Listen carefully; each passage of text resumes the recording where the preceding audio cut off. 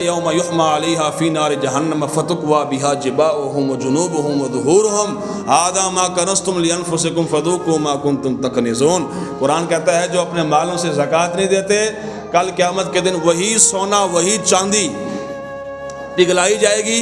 یوم یحمى علیہا فی نار جہنم، جہنم کی آگ میں اس کو پگھلایا جائے گا۔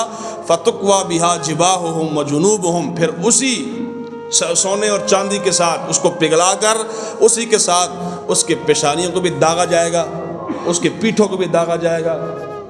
ہاں جی، فتکوی بہا جباؤہم وجنوبہم وظہورہم، اور اس کو جناب پہلوؤں کو بھی داغا جائے گا اور کہا جائے گا ھذا ما کنزتم لانفسکم فذوقوا ما کنتم تکنزون، یہی ہے وہ کچھ جو تم جمع کر کے رکھتے رہے ہو، اب چکھو مزہ لو جناب۔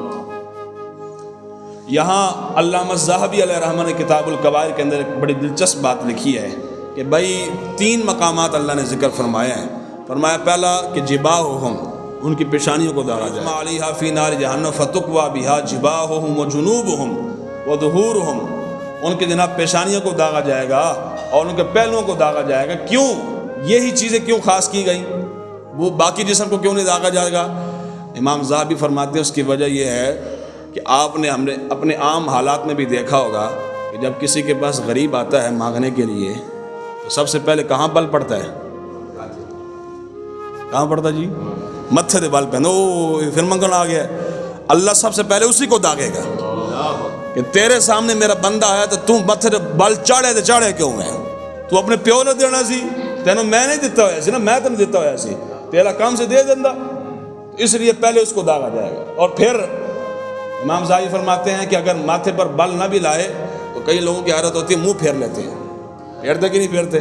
تو فرمایا کہ چونکہ منہ پھیرتے ہیں تو ان کی جناب پیٹھ ظاہر ہوتی ہے، فرمایا اللہ تبارک تعالیٰ اسی پیٹھ کو داغے گا کیا کل قیامت کے دن کہ تو غریب نہ دیکھ کے منہ کیوں پھیرے گا۔